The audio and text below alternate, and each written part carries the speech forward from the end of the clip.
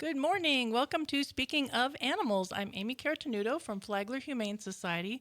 My co-host this morning is Gina. Gina's a little black lab mix. She's about 10 weeks old. She's here chewing on some rawhides, and at this point at the shelter, she is the phone cord inspector. She makes sure to let you know if your phone cord is bad, and she's found a lot of those coincidentally.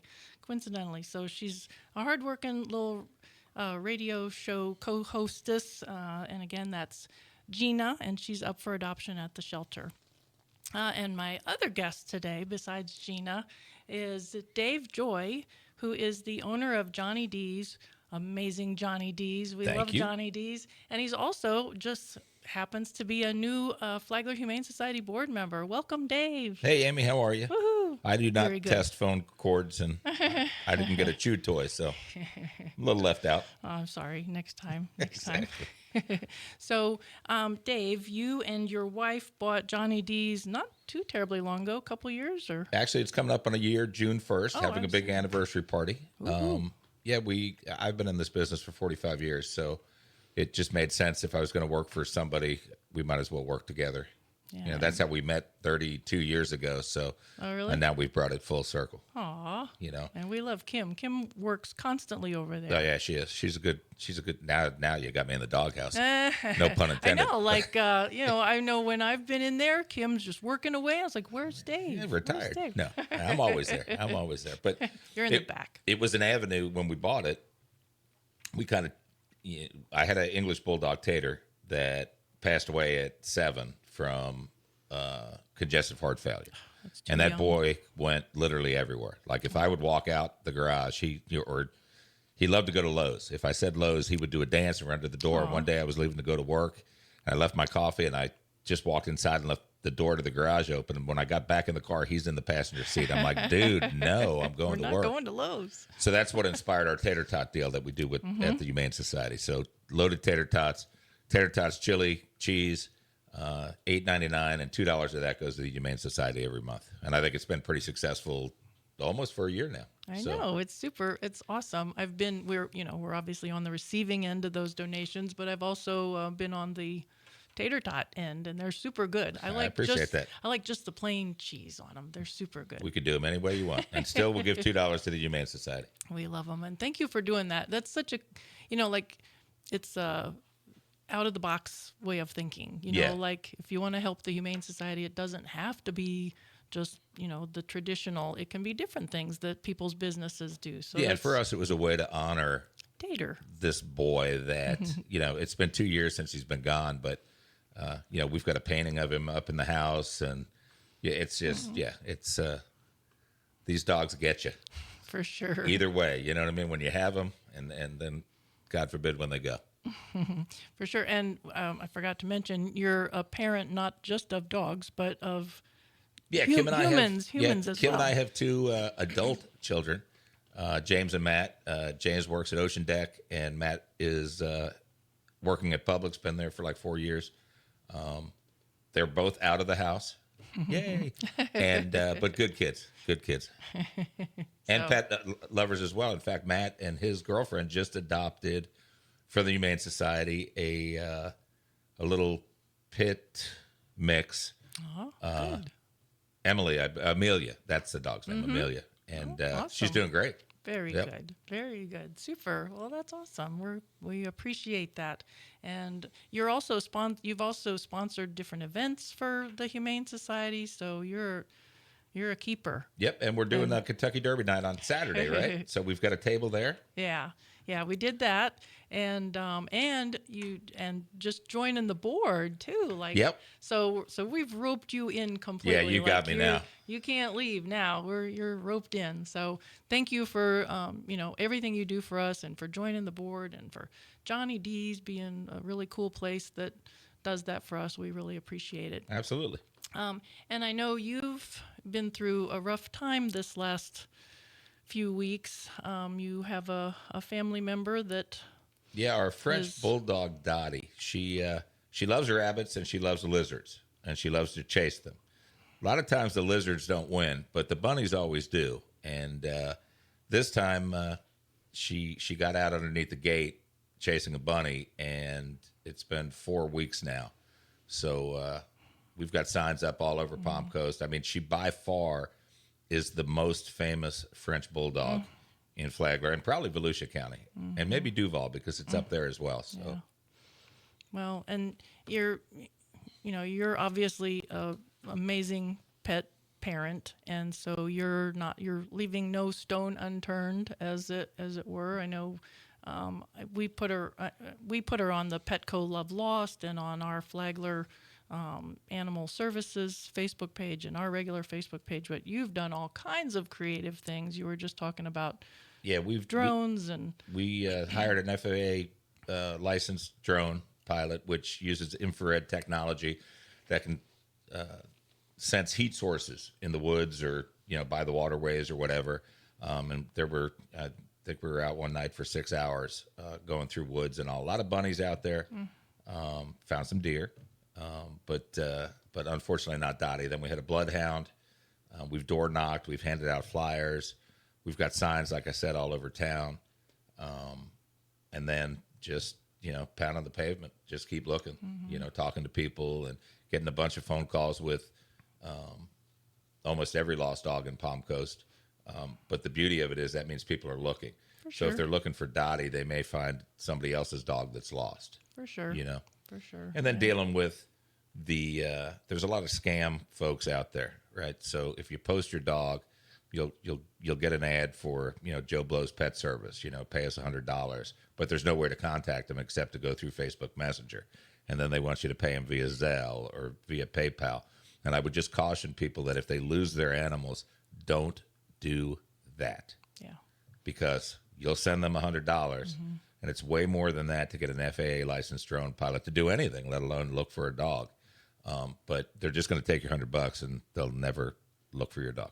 That is just so cruel that scammers do that kind of thing. I mean, I hate scammers anyway, but to tug on somebody when you're so vulnerable, Oh, and that's vulnerable, why. and you Yeah, we'll do anything to get our dogs back, or our cats, or whatever the animal, or kids, I guess. I mean, if you throw them in there, but you'll do anything, and that's I almost fell for it. I'm sure you want it to be true. I tested it through Zelle with $1, because I'd probably have $1 in my couch, but and it came up as a scam, so I knew it. And then I can't think of the gentleman's name, but there is a drone pilot in Florida that is well known that does pet rescues. So I referred a lot of these to him and said, "Hey, what do you think? Should I?" And he's like, "Don't you dare! It's and then he hooked me up with a guy named Christian out of Jacksonville, out of Yulee actually, that came down and droned for 6 hours. And like I said, great technology, and unfortunately it didn't yield any results. So we're leaning towards, somebody probably found Dottie and maybe doesn't know what to do. The best thing to do is to either take her to the Humane Society because she's chipped, or look at one of the 9,842 signs that I have posted and call me. No questions asked. There's a huge reward. But we just need our girl back home For sure. because I've got a 2-year-old English bulldog, that's missing and her. Dottie was 2.5, so they grew up together. Yeah. And he's he still has a little spunk, but you can see when it's playtime, it's like he's got the ball and he's like, "Where's my buddy at?" Oh, he misses her. Absolutely. Yeah. Well, like you say, if somebody has found her, no questions asked. Either call the shelter, call your veterinary office to get her scanned. Like, there's just so many avenues to get her back home to you, and that's what's important. Hopefully, I mean, there's people that steal animals and try to sell them, so I know you've also gone that route. Yep. Like, you're searching all over as if you're buying Yes. an animal to look for her. And the beauty about Dottie, I mean, we're responsible pet owners as well. I mean, Dottie is spayed. My other English bulldog is neutered. And normally when a Frenchie gets stolen, especially a blue merle, they want to breed immediately, and she can't be bred. So she's just a good little girl that needs to come home. There's a whole half side of the bed that's missing. Yeah, well, let's get the word out. If you're listening to this, even if you haven't seen Dottie, get the word out. She's all over social media, so check out. She's probably you've probably have her on the Johnny D's page too, Yeah, I like with did. her. So Yep. go to Johnny D's Facebook, and you can get her picture and start sharing that. Let's get Dottie home. So we are going to go to a quick break, and we'll come back and talk more with Dave and also Gina, the little lab puppy. And we are back. I'm Amy Caratanudo here with Dave Joy and also Gina, the little lab puppy. And we're talking about what to do if your pet goes missing on you, which is incredibly heartbreaking for all of us who our pets are our family. Absolutely. So Dave, I'm so sorry that you're going through all this, and hopefully on a show real soon we'll have you back, That'll be great. and we will have Dottie here front and center, Oh, there'll be telling her story. Yeah, if she comes home, there's going to be quite the party. For sure. You know. For sure. I sure wish they could tell stories because we see a lot of reunions, and it's like if they could just tell us what they've done. Right. Yeah. Exactly. It would be quite the tale, I'm sure. I know the folks that hosted the recent casino night for us. They actually wrote a book when their cat went missing. Oh, wow. Coco the cat went missing during a hurricane, and then showed up a month later. And the book is Coco's story of Her adventure over the month. Yeah, That's cool. so, That's funny. So hopefully Yeah. we're back here in a few weeks, and Dottie will be writing a book. She can. I could put her to work. But one thing I wanted to add to our previous conversation is microchips. If a dog is microchipped, fantastic, because if she's scanned, or he, they'll find out where the owner is. But microchips aren't GPS trackers. For sure. So if you have a dog that has a propensity to chase lizards or bunnies, they sell GPS collars. I think one is called iFit. I'm not sure of the name, but you can just Google it on Amazon or go to PetSmart or Petco or one of those places. And it literally will tell you where your dog is at all times. It's got to be charged, but you charge it every couple of days and you should be good to go. But microchips, unfortunately, can't track the location of your dog. And then likewise, if your dog is chipped, get it checked at the vet. Make sure that the information is proper. Make sure it can be read. Because, the worst thing is to lose an animal knowing you did all the right things and you can't find her. You know what I mean? Yeah, but at least you do know that you've done everything. We like you were saying with making sure the information is correct on the microchips. It's heartbreaking how many animals do come into the shelter with a microchip, and we trace it, and it's not traceable. It traces back. The person who it traces back to is long gone. The email's no longer correct. Phone number's no longer correct. Address has changed. And the closest thing we can get is to whomever implanted the chip. And then you try to get the information that way. Right. And, like if we're the ones that implanted the chip, then we may have more information on the person. But a lot of times they don't even keep their information up to date with us. And that's completely free. Some of the chips you have to pay to update your information. More often than not, you don't have to pay. Depends on the chip company. But at the very least, people can keep their information current with whomever implanted the chip. Absolutely. If it's us, at least let us know if you move, if you change your phone number, if you change your email. It's so simple because then when you lose a pet, you might not even remember, oh, my phone number changed 6 months ago. So keep that microchip information up to date, please, please, please. That otherwise the microchip it's not going to do you any good. And I'm sure there's people out there that think, oh, my pet will never get out, or my dog or cat will never get away. You never know. You pop a door open, they just dart out to have a little adventure, and then they don't know where they're at. Right. And the worst feeling in the world, because when Dottie was a puppy, she used to dig. So I fixed everything on the fence. You know what I mean? There's no way to get out, but she got under a gate. And so I guess there was a way to get out. But, hopefully one day she comes back. For sure. For sure. And like you were saying, the microchips are not the same as a GPS. There's air tags. I know we had a super nice volunteer that donated I think like 24 air tags to Oh, us. wow. So then when we were adopting out like hound dogs that you know by nature of their breed, Right. their flight risks. So when those dogs got adopted, we gave the adopters an air tag, and hopefully they set it up and took advantage of that. But that's just one more thing, and a good old fashioned tag too. A lot of people don't put tags on Yep. anymore. Just even though if the animal's microchipped, it doesn't hurt to have a tag. Just the more you can do. So we certainly hope that Dottie comes home for you, and like I said, we'll do another show Yeah. and have her here. So also I wanted to talk a little bit about some of the other at the Humane Society. I just did this month's numbers and I buried them here somewhere. We got a lot of adoptions this month. Let's see, look at this. Our adoptions this month so far for actually it's March, I'm sorry. So for March, we've had a total of 145 adoptions in March. So That's awesome. Not bad, huh? Not bad. Return to the owners, like lost animals that went back to their owner, is 47. Great. So that's a number we really, like, I feel like that's a weak spot in all of humane work, in all shelters. Adoptions, we all focus on adoptions, Right. and the animals would rather go back to their original home. So we've all got to get better in finding the owners. It's what a shame that your whole heart is into trying to find Dottie, 100%. and then look at the shelter that's full of animals that nobody's looking for. Like that's Yep. just Yeah, it breaks my heart, which is why I want to get involved, join the board. You know what I mean, and honor Tater, and hopefully Dottie comes home. But if not, we'll keep Dottie alive too through it.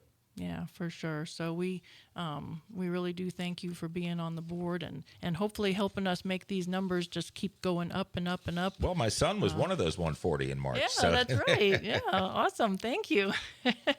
So, well, thank you to your son for adopting. Which one did you say he adopted? Ariel. I don't. It starts with an A. It starts with an A, but we're so glad that he adopted her and that we. Amelia. That's what it is. Came to me. Amelia. I'm old. I forget these things. I'm older than you, I think. So I'm really forgetful. So, all right. Well, we are going to go to a quick break, and we will be back. Welcome back. I'm Amy Cartenuto here with Dave Joy and Gina. So we have a few things coming up that I wanted to make sure and let everybody know. Our summer camp, our kids' summer camp, we've got the dates picked out for that. The young kids, which are the going into 3rd grade through 5th grade, that class starts July 14th, and then the July 28th class for the kids going into 6th through 8th grade. And it's $250 per kid, and it's a week-long summer camp. We have all kinds of animal guests already lined up to come and speak, if you will. But it's a cool camp. The kids always give us good grades at the end of the week, so we must be doing something right if the kids give us A pluses. Absolutely. They get their tie-dye shirt and their Humane Society shirt, and they get to meet a lot of cool animals. And if they want to come watch the doctor do surgery, they can, or if they don't want to watch, they don't have to. Some kids really dig it, some don't. Oh, yeah.